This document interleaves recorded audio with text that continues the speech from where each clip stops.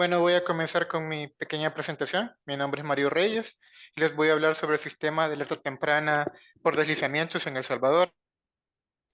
A un vistazo rápido, El Salvador es un país bastante pequeño, es el más pequeño de Centroamérica, tiene una extensión de alrededor de 21.000 kilómetros cuadrados, tiene una densidad poblacional de alrededor de 300 habitantes por kilómetro cuadrado, siendo también el más densamente poblado de Centroamérica.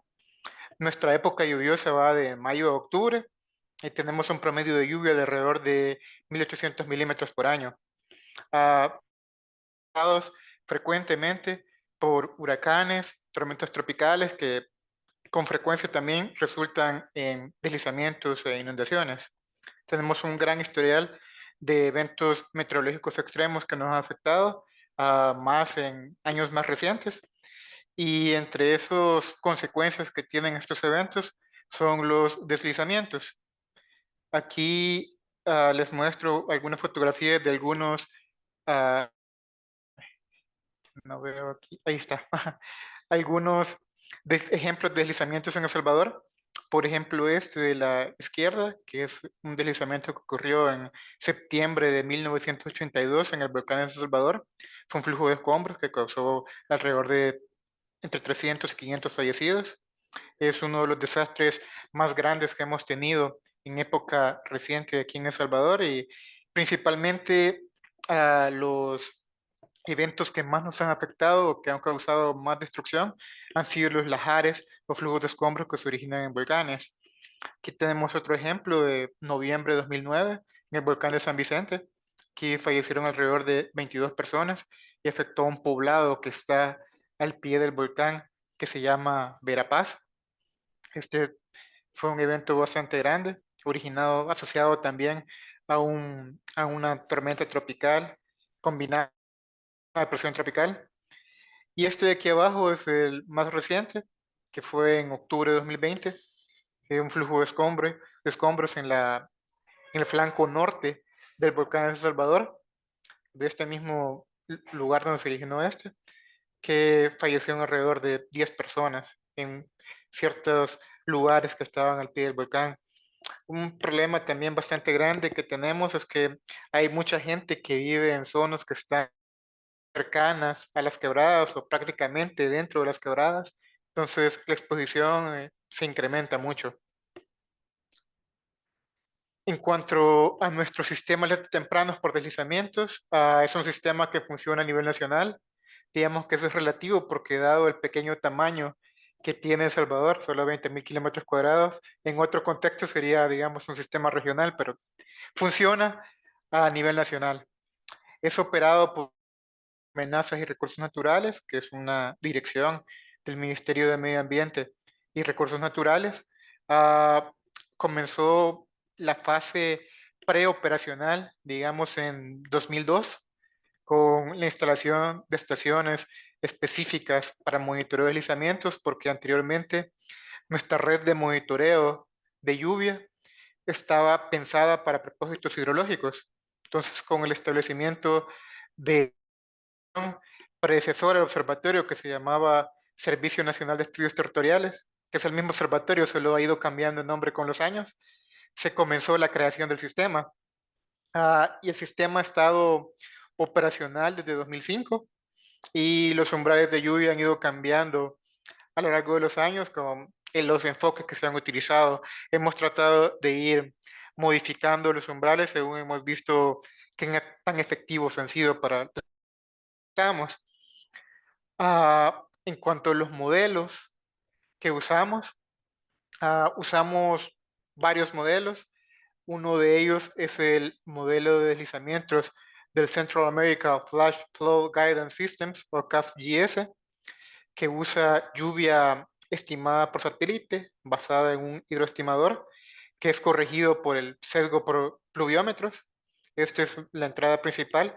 Con eso se un modelo de humedad del suelo, que es el modelo de Sacramento, que me genera humedad del suelo a escala de cuenca. Y para cada uno de ciertos, perdón, ciertos píxeles que tenemos ahí, hay un umbral que relaciona la precipitación con la humedad del suelo en la zona más baja, la precipitación en un día con la humedad del suelo en la zona más baja, que ese es nuestro umbral que tomamos por la ocurrencia de deslizamientos. Esta información se cruza de susceptibilidad de deslizamientos creado para este propósito y al final la salida son píxeles que tienen un índice que me dan la posibilidad de ocurrencia de deslizamientos. Este sistema no funciona para pronósticos, solo funciona para, digamos, en tiempo real, las condiciones en ese momento, pero es uno de los modelos que nosotros revisamos para hacer nuestros pronósticos o para informar a la. También tenemos otros modelos, dados que uno tiene ciertas limitaciones, que este es un modelo heurístico basado en una metodología que se usa bastante aquí en Centroamérica, que es el modelo de Mora-Barson. Este relaciona a diversos factores, condicionantes y detonantes. Los condicionantes son la pendiente, la litología, la climatología, que viene sustituida por la humedad del suelo del modelo del CAPG, que le mostré anteriormente, y los factores de disparo, que son la lluvia, que tomamos en cuenta la lluvia antecedente 24 horas. Al final, toda esta información se combina por medio de esta ecuación y el índice de amenaza se reclasifica en 5 categorías que son en función de más o menos calibrado con los deslizamientos que han ocurrido anteriormente. Para este modelo también se hacen pronósticos usando el pronóstico de lluvia de 24, 48 y 72 horas. Toda esta información se emite diariamente por medio de boletines y otros productos gráficos que les voy a mostrar. Y un punto importante también para este sistema es que estamos usando de hace algunos años, alrededor de 2019-2020, hemos entrado al pronóstico basado en impactos. Este tipo de pronóstico está diseñado para expresar los impactos que se esperan como resultado del pronóstico del tiempo. En este caso, lo que nosotros hacemos, tenemos ciertas unidades territoriales, divisiones administrativas de El Salvador, que son municipalidades, y para cada una de esas municipalidades le asignamos un nivel de impacto que viene ah, analizado por alguien con los modelos que teníamos, que les mostré anteriormente. Alguien los analiza, incluye otra información de ser necesario y le asigna una probabilidad de ocurrencia ese, para ese sitio específico. Con eso, ah, las zonas de alerta están basadas en municipios, pero a veces hay algunas zonas específicas, como por ejemplo el volcán de San Salvador que les mostré anteriormente, donde también se pueden mostrar, dada la importancia que tienen. Entonces, el pronóstico basado en impactos busca no solo decir van a ocurrir o no van a ocurrir deslizamientos, sino que cuáles son las consecuencias que van a tener, si van a ser que me generen afectaciones en carreteras, o podrían ser deslizamientos grandes que me generen afectaciones en infraestructura o poblados que están cercanos. Entonces es un tema un tanto complejo y hemos comenzado a trabajar en él. Hemos tenido algunas experiencias que hemos aprendido de ellas, pero bueno, seguimos mejorando y tratando de hacer mejor, más que todo para el producto final para la población, que sea entendido. Aquí vemos, por ejemplo, las palabras claves, perdón, aquí atrás les mostré cada una de estas columnas de la matriz de riesgo o matriz de impactos. Me muestra la categoría o la severidad de los impactos asociados, que puede ser desde impactos bajos hasta impactos severos. Y cada una de estas filas me muestra la probabilidad de ocurrencia del fenómeno.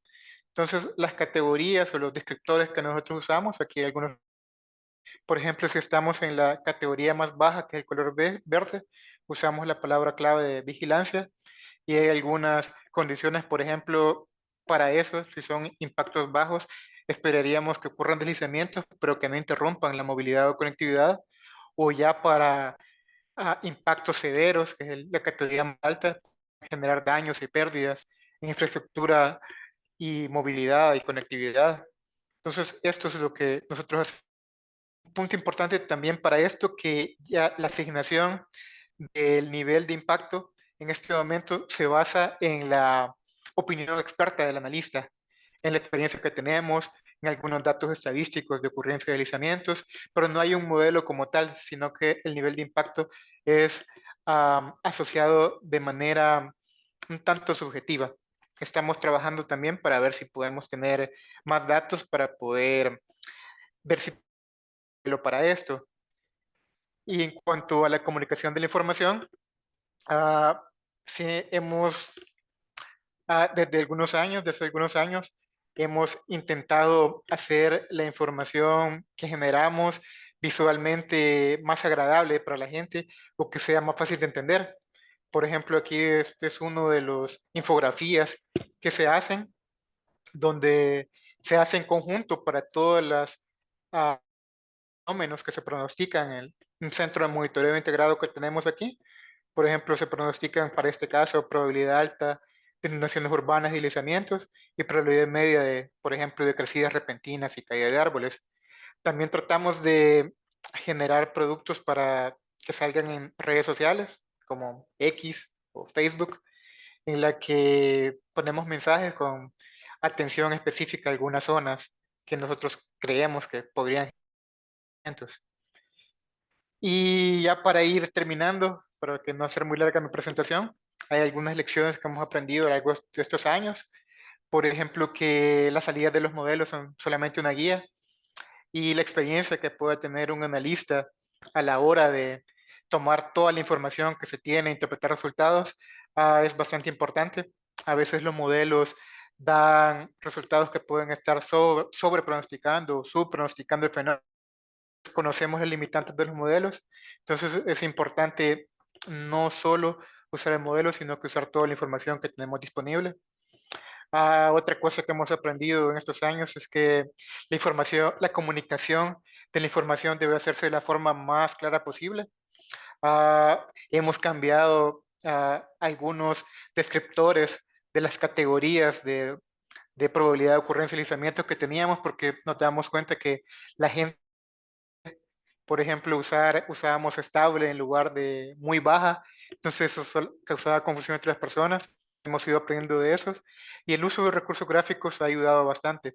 Se ha invertido bastante tiempo en crear infografías o hacer pruebas con diferentes grupos de público para ver cuál es la mejor manera de comunicar la información. Otro punto importante es que la retroalimentación con los encargados de pronóstico meteorológico ha resultado útil, pronósticos que nosotros hacemos, porque hay algunas cosas que no están directamente en la salida que ellos tienen, por ejemplo, la cantidad de lluvia para un periodo de tiempo, pero hay otras cosas como, por ejemplo, el potencial de convección que puede tener una tormenta, la duración, entre otras cosas que no vienen directamente del pronóstico, pero ya al hablar bastante con ellos, nos ayuda para poder hacer nuestros pronósticos. Y un último punto es que las redes de observadores locales ha sido para nosotros, para reportes de deslizamientos y para comunicar la información de forma más eficiente. Tenemos varias redes de personas que colaboran de forma voluntaria para darnos información, que la mayoría de ellos están en zonas que son críticas para la ocurrencia de deslizamientos. Entonces ellos reportan deslizamientos, es una especie como de trabajo que tienen ahí. Algunos tienen pluviómetros convencionales que ayudan a ampliar nuestra red automática, a veces son útiles para también poder tomar decisiones a la hora de asignar un nivel de amenaza o de impactos para cierta región específica. Y bueno, al final, para el trabajo que tenemos a futuro, es que nos hemos dado cuenta que un solo set de umbrales para todo El Salvador no nos funciona mucho. Tenemos que separar a los deslizamientos que ocurren de forma muy frecuente de los que ocurren de forma no tan frecuente. Por ejemplo, en nuestros volcanes, los lahares o flujos de escombros, no ocurre con tanta frecuencia, pero son los que nos ocasionan más destrucción.